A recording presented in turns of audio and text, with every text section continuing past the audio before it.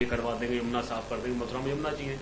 तो वो मेरे को जवाब देती है आप 1 साल बाद आना, तब बताएंगे क्या करेंगे। तो आप इस जवाब से, या तो वो तैयार नहीं थे उस कैमरे माइक के आगे, लेकिन इतनी बड़ी हस्ती को मैं कैसे मान लूँ कि वो कैमरे और माइक को देख के होपलेस हो गए, या वो उन पर जवाब नहीं था। अगर आप योगी की सभा से उतर के आए हो, वहां पर मुख्यमंत्री खुद वादे कर रहे हैं कि आप जीतेंगे, आप ये करेंगे, आप वो करेंगे, और आप जब मेरे से कह रहे हो साल भर बाद आप आना, यानी कि मैं जाऊंगा दोबारा, नॉक करूंगा उनके गेट को, उनसे पूछूंगा हाँ आप जवाब दे दो जो मैंने साल भर पहले पूछा था। तो मथुरा की स्थिति में मेरे को क्या लगता है कि थोड़ा सा हेमा के जो ओवरऑल एटीट्यूड है उससे थोड़ा लोगों में नाराजगी है। प्लस जो प्रेजेंट का प्रत्याशी है महागठबंधन का, निश्चित है बहुजन समाज पार्टी का वहां समर्थन है, समाजवादी पार्टी का वहां समर्थन है, प्लस वो खुद एक क्षत्रिय चेहरा है, ठाकुर चेहरा है, प्लस जयंत चौधरी और अजीत सिंह का चुनाव पहले ही समाप्त हो गया, वो यहाँ पर डेरा डाले हुए हैं। तो मथुरा में सीधे तौर पर फाइट है। मैं ये बिल्कुल नहीं कहूँगा भारतीय जनता पार्टी के बड़े नेता जो सभी चैनलों पे कहते दिखते हैं कि हम जीत गए हैं, अग्रिम बधाई, ये जो अग्रिम बधाई देने वाले हैं ना लोग, ये मेरे को लगता है प्रत्याशी के दुश्मन होते हैं।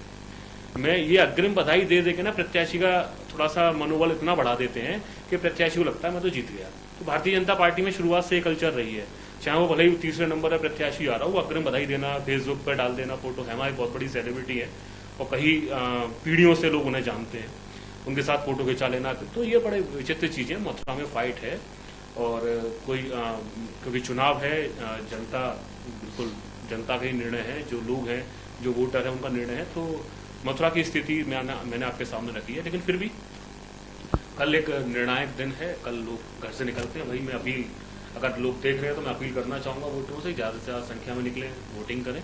ये था दिव्या मथुरा का। बिल्कुल सर, मेरे मन में थोड़ा सा कंफ्यूजन है। आपने कहा कि बीजेपी और महागठबंधन को लेकर थोड़ी सी फाइट यहाँ है, और बात करें हम यहाँ जाट बाहुल्य क्षेत्र है हमारा मथुरा, तो जिस तरीके से यहाँ हेमा मालिनी के पक्ष में प्रचार किया गया है, बड़े राजनेता भी यहाँ पहुंचे और खुद कौन से बड़े राजनेता आपने, राजनाथ सिंह को आप हटा दीजिए। अच्छा, इसके अलावा आपको कौन से बड़े राजनेता? हाँ सर, इसके अलावा तो कोई बड़ा नेता यहाँ नहीं पहुंचा है। और बात करें अगर हम यहाँ धर्मेंद्र की हो, तो वो खुद जाट समाज से, तो इसका क्या फर्क पड़ सकता है? कुछ पड़ेगा फर्क? मैं आपको बताता हूँ, जिस पर्दे की खिलाड़ी हेमा मालिनी है, उस पर्दे के शहंशाह धर्मेंद्र है। अब आप मुझे बताइए कि आप टीवी में, सीरियल में इनको देख के वोट देते हैं क्या? आप अपने स्थानीय मुद्दों को देख के वोट देते हैं। तो धर्मेंद्र से भी सवाल किया गया कि मुद्दे क्या हैं, तो बड़ा विचित्र सा उनका जवाब था, मुद्दों में से मुद्दे निकलते हैं, वो फिल्मी दुनिया में घुमा गए, उसके अलावा आप पूछ नहीं सकते। धर्मेंद्र राणा उनके फैमिली मेंबर हैं, और अगर फैमिली मेंबर चुनाव में नहीं आएंगे तो कौन आएगा? फैमिली मेंबर आएंगे तभी तो पड़ोसी आएंगे, तभी तो पार्टी के लोग आएंगे। धर्मेंद्र आए, उन्होंने निश्चित है। देखिए मैं आपको एक बात बताऊँ, आपने स्टार्टिंग में अगर मथुरा का चुनाव देखा हो तो सपना चौधरी का नाम आ रहा था। सपना चौधरी का जब नाम आया था तो हम लोग राजनीतिक लोग तो क्या गणित लगाएंगे, हम लोग गणित लगा रहे थे अगर सपना चौधरी मथुरा से कांग्रेस की प्रत्याशी होती है तो ज्यादा भीड़ किसके मतलब किसके चुनावी सभा में होगी। लेकिन समस्या ये थी, सपना चौधरी को देखने के लिए भी लोग आ जाते। हो सकता है हेमा मालिनी को अगर लोगों सभा में 1 लाख लोग हैं तो सपना चौधरी की सभा में 1.5 लाख लोग हो जाते।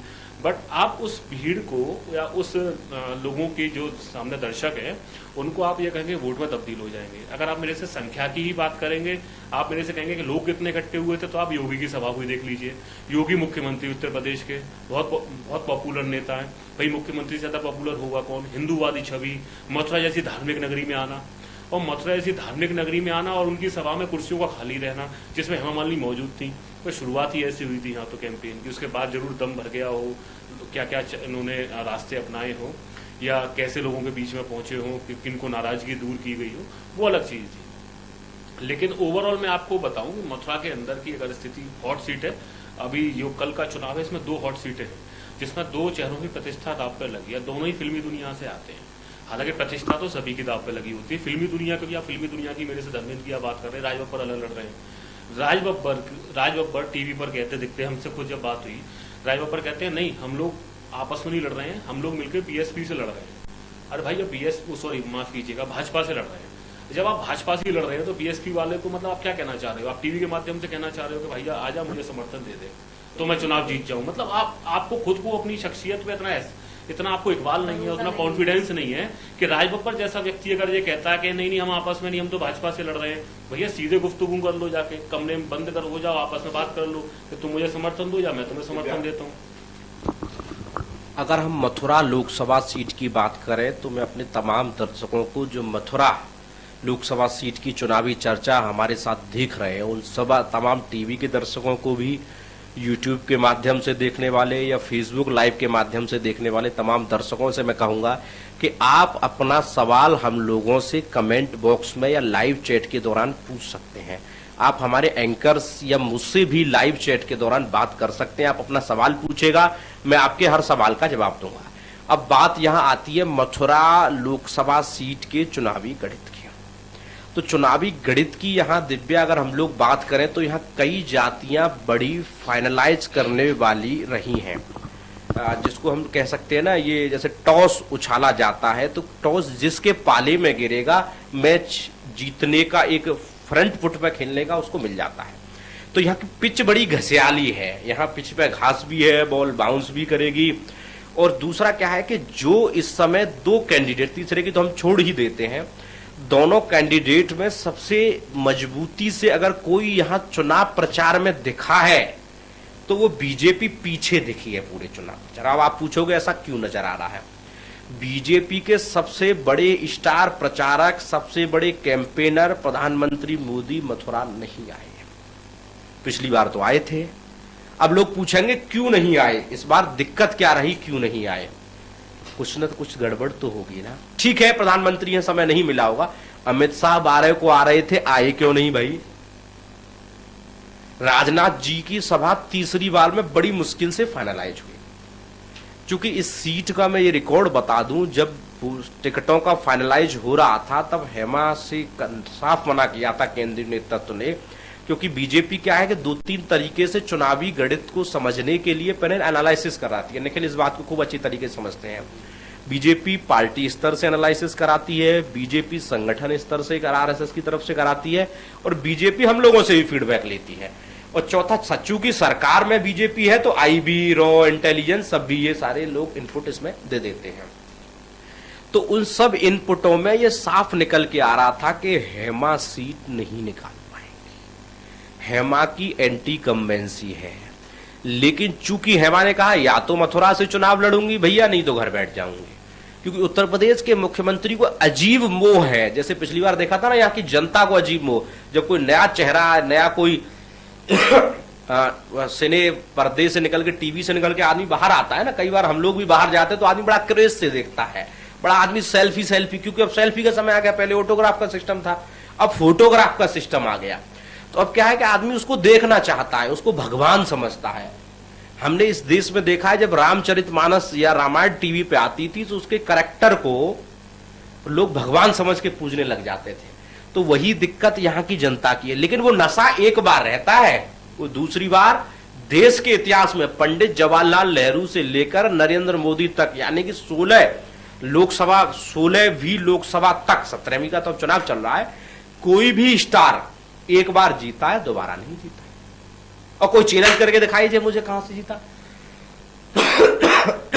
राजनारायण नाचने गाने वाले थे, इंदिरा के खिलाफ चुनाव लड़े, जीत गए, लेकिन मध्यावधि चुनाव हुआ तो वही राजनारायण की जमानत जब्त हो गई। तो उसी कैडर में हेमा को इन सारे इंटेलिजेंस इनपुट, बीजेपी के पार्टी इनपुट, पत्रकारों का इनपुट, संगठन के इनपुट ने साफ कहा था हेमा चुनाव नहीं जीतेंगे।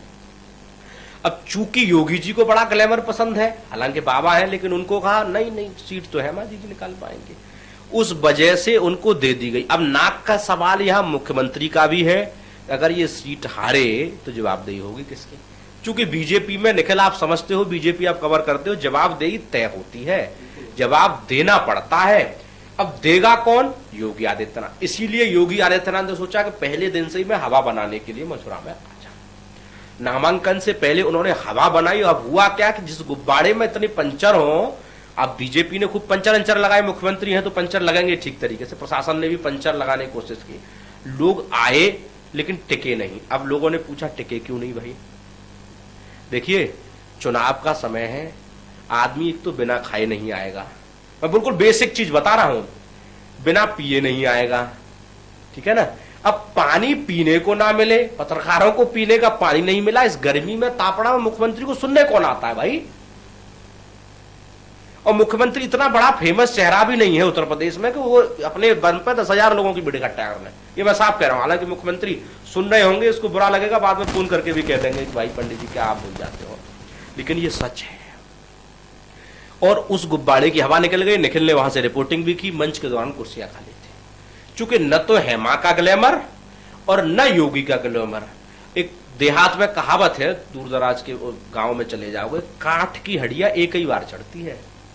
तो अब ये काठ की हड्डियां थी, चढ़ गई भैया, अब दोबारा तो नहीं चढ़ेगी। ये हेमा को भी पता है कि चुनाव इस बार बेहद मुश्किल है। पार्टी के किसी भी नेता से पूछ लो आप, एक बार कहेगा नहीं नहीं बहुत बड़ी जीत है, फिर 2 मिनट उससे बात करोगे तो फिर वो कुछ और कहने लग जाएगा, क्योंकि चुनाव आचार संहिता का दायरा है। मैं वो शब्द यहां नहीं कह सकता, लेकिन उसको भी पता है कि बहुत कठिन है डगर पनगट की। 2 गेहूं के पेड़ कटे उठा के फोटो खिंचवाने से काम नहीं होता भैया। ये किसी एड की शूटिंग नहीं चल रही, ये जनता की शूटिंग है। एक दिन आप खेत में बाली उठा लेते हो, लेकिन जब आप सांसद बन जाते हो तो फिर मिलने के लिए कि फलाने शर्मा जी से मिलिए, कि उनसे मिलिए, कि हेमा जी है नहीं, कि आप नहा के आइए, आपसे बदबू मार रही है। यही बदबू एक और बड़े नेता को मारी थी। उनका चुनाव हो गया है, उनके बारे में तो बोल सकते हैं, गाजियाबाद से। अब वहां के सूत्र कह रहे हैं कि जनता ने ही बदबू खत्म कर दी। अब वो सेंट लगा के खूब घूमे, नहीं ससुरी बदबू खत्म हुई। वो भी कहते थे हटी हटी है, बदबू आ रही है। तो हेमा को भी बदबू आती थी। अब जनता एक बार तो उसने सूंघ लिया बदबू को, जब देखा भैया ये तो मिल भी नहीं रही, चिट्ठी अट्ठी के लिखवाने काम पड़ता है जनता को। मोटरसाइकिल पकड़ ली है, दरोगा जी ने पैसे पकड़ के उठा के बंद कर दिया। आम जनता को काम सांसद से इतना सा, या उसके पिताजी खत्म हो या लल्ला का शादी हो तब आने का काम पड़े, तो वो किसी में आती नहीं है। यही हाल मथुरा में श्रीकांत शर्मा का है। इसीलिए मथुरा का होने के बावजूद श्रीकांत पे भी ठप्पा लग गया बाहर। अब चुनाव में मुद्दा क्या था? इस पूरे चुनाव में मुद्दा ये था कि बाहरी वर्सेस घर का। तो ये जिस पार्टी की हम थोड़ी देर पहले चर्चा कर रहे थे ना, उनके प्रत्याशी ने बलदेव में प्रचार के दौरान कहा भैया बाहरी को ना जिताइए, घर वाले को जिता दीजिए। अब इसका मतलब क्या समझा जाए? जो प्रत्याशी कांग्रेस का निखिल ये कह रहा है कि बाहरी को मत जिताइए, घर वाले को जिता लीजिए, इसका मतलब ये है कि मैं तो हार गया, पर हेमा को मत जिता दीजिए, जिता नरेंद्र सिंह को दीजिए। अब नरेंद्र सिंह इसको देख रहे होंगे तो उनको बड़ा अच्छा भी लग रहा होगा आरएलडी समर्थकों को, क्योंकि सोशल मीडिया का जमाना है, लोग कमेंट करना बेहद जल्दी शुरू कर देते हैं, और बीजेपी वालों को बड़ा गंदा लग रहा होगा। हालांकि आप चिंता न करिए, आगरा पे जब हम चर्चा करेंगे तो आपके लिए खुशखबरी रहेगी। फतेहपुर सीकरी पे भी थोड़ा थोड़ा मुस्कुराने का मौका मिलेगा, हालांकि हाथरस पर ज्यादा नहीं मिलेगा। तो कहीं ना कहीं बीजेपी जब उत्तर प्रदेश में एनालिसिस हम लोग कर रहे हैं निखिल, 75 में से 35 सीटें क्यों जीत रही है? ऐसे ही सटकर्म धटकर्मों की वजह से। बीजेपी अगर नया चेहरा यहां उतारती, फाइट होती, हेमा की एंटी कम्बेंसी कम हो जाती, लेकिन आपने जानबूझकर, वो कहते हैं ना, बर्र के छत्ते में हाथ दे दिया। अब आप बर्र के छत्ते में हाथ दे दिया तो खाएगी, तो सही कहेंगे। हेमा को खूब अच्छी तरीके से समझ में आ गया इस बार के प्रचार में।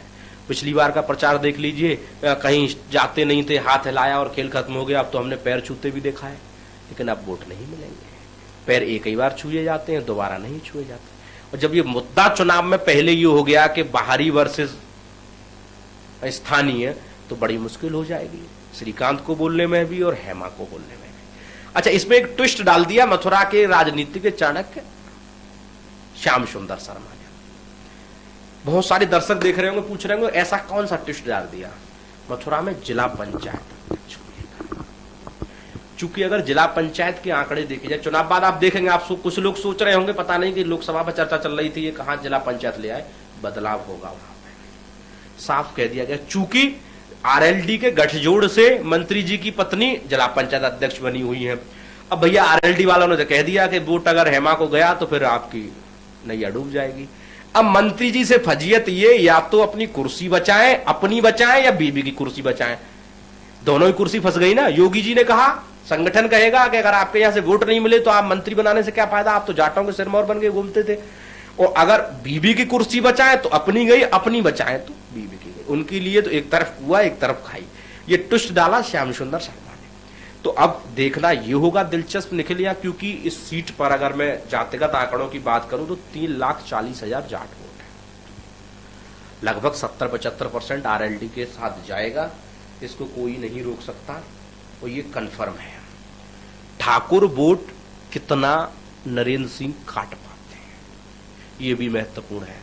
अच्छा, चूंकि ब्राह्मण थोड़ा सा नाराज है, लिटिल, अब वो नाराजगी है चूंकि पाठक जी पीछे लिखते, हालांकि चतुर्वेदी हैं, लिखते पाठक हैं, तो कुछ वोट चतुर्वेदी या पाठकों का उनको भी मिल जाएगा, वो भी बीजेपी का कटा। श्याम सुंदर शर्मा की वजह से कितना वोट आरएलडी को मिल जाएगा, ये भी बड़ा सवाल है चुनाव में।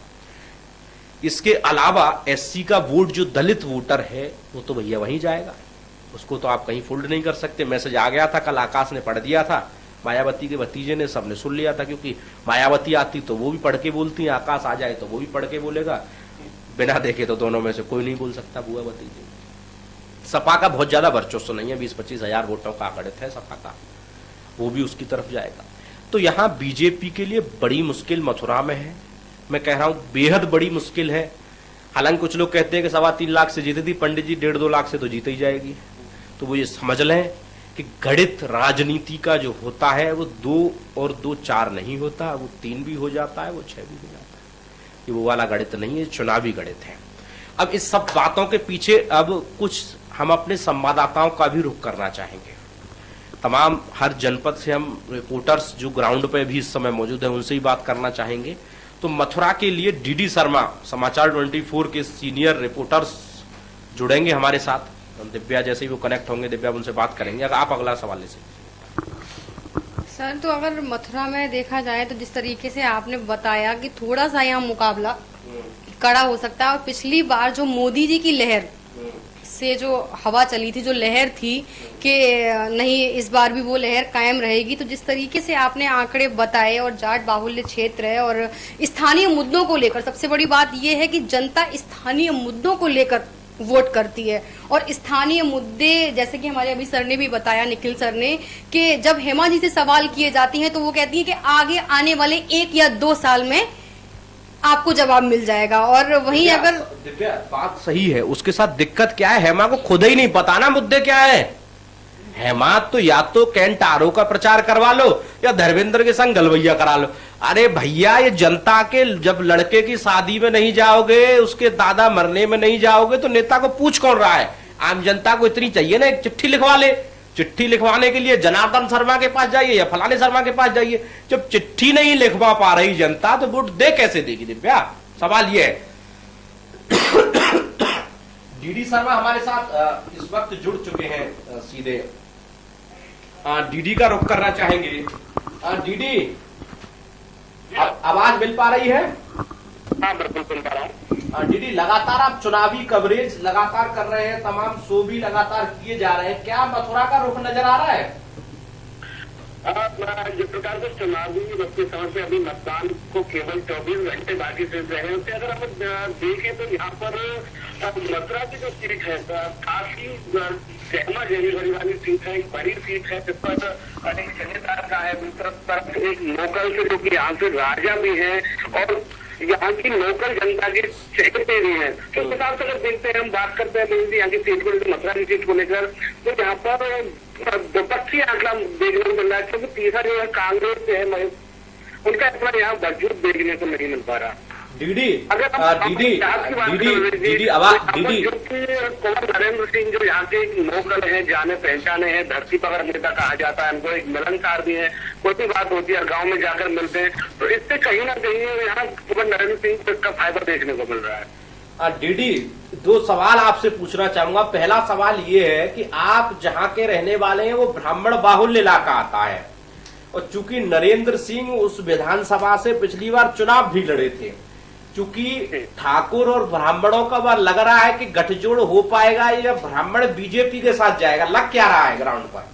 जिस प्रकार से गोवर्धन विधानसभा पिछली बार यहाँ पर नरेंद्र सिंह ने अपनी विधायकी में यहाँ पे लोकसभा में अपनी किस्मत आजमाई थी, तो यहाँ पर पूरी तरीका से उनको नकार दिया गया था और उन्हें यहाँ से काफी बड़ी हार मिली थी। अगर हम बात करें गोवर्धन विधानसभा सीट की, ये ठाकुर बाहुल इलाका है और ब्राह्मण इलाका है, तो यहाँ पर साफ साफ गोवर्धन में अगर देखने को देखा जाए तो यहाँ पर बीजेपी को बढ़त हासिल होती दिख रही है, क्योंकि यहाँ पर जो मुद्दा है वो बाहरी और लोकल का है, लेकिन जो यहाँ के जो कस्बे के शहरी लोग हैं वो हेमा को ना देखते हुए सीधे सीधे मोदी को या बीजेपी को वोट देकर चल रहे हैं। तो अगर वही ठाकरों की हम बात करें तो ठाकरों का जो रुझान है यहाँ पर 70% रुझान नरेंद्र की तरफ देखने को मिल रहा है, बाकी 30% रुझान जो है भाजपा की तरफ जाता हुआ दिख रहा है। वो बदलते हैं। डीडी ब्राह्मण किधर जाएंगे, बड़ा वोट है, कहाँ फ्लोट होगा? हाँ बिल्कुल, मैं बता दूं कि मैंने अभी बताया कि जैसे कि गोवर्धन विधानसभा ब्राह्मणों का एक बड़ा मत है गोवर्धन विधानसभा में, और पिछली बार यहाँ से नरेंद्र लड़े थे तब भी गोवर्धन विधानसभा से ब्राह्मणों का मत नरेंद्र नहीं ले पाए थे। शायद इस बार भी देखने को मिल रहा है कि जितना मत लेने की कोशिश करने उतना बीजेपी ले पाएगी यहाँ से ब्राह्मणों का मत, क्योंकि नरेंद्र सिंह को यहाँ से कम वोट मिलेंगे। मतलब ब्राह्मण बीजेपी की तरफ जाएगा, लेकिन कुछ नरेंद्र को मिल जाएगा क्या?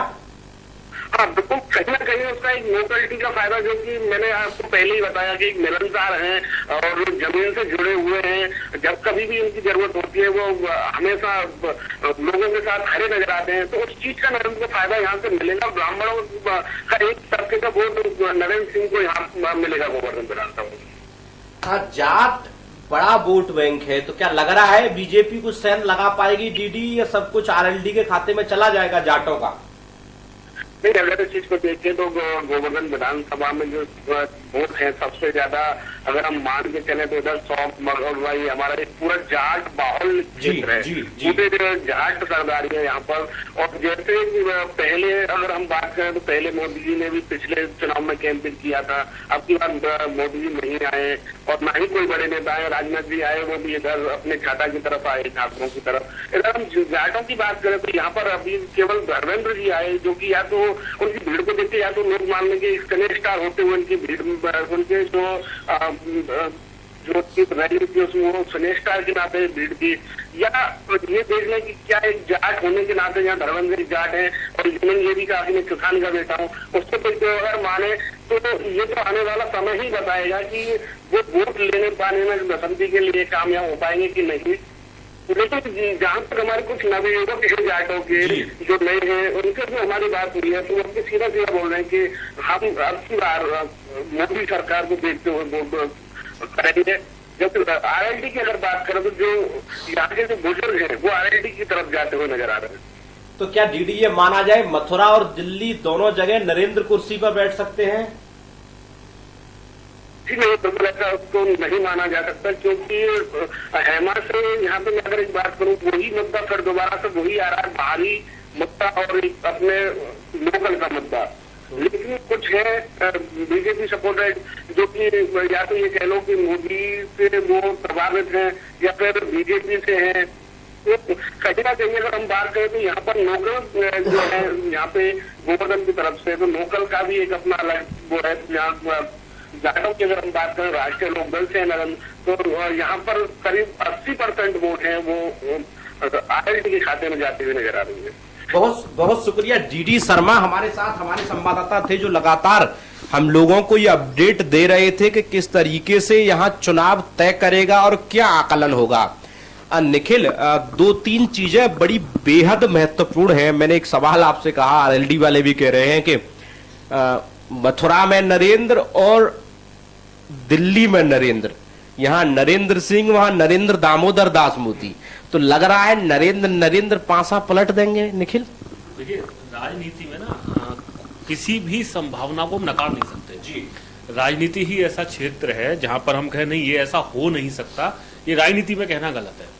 बड़े बड़े राजनीतिक पंडित थे, जब विधानसभा का चुनाव हुआ था विवेक आपको याद हो, तब शायद अच्छे भारतीय जनता पार्टी के नेताओं को ये मतलब ऐसा एहसास नहीं था कि 300 का आंकड़ा वो पार कर जाएंगे, और पार कर गए थे। तो ये नरेंद्र का मथुरा में होना और नरेंद्र का ही दिल्ली में होना, अगर ये हो भी जाए तो कोई करिश्मे वाली बात नहीं है ना, दोनों ही संभावनाएं पूरी हैं।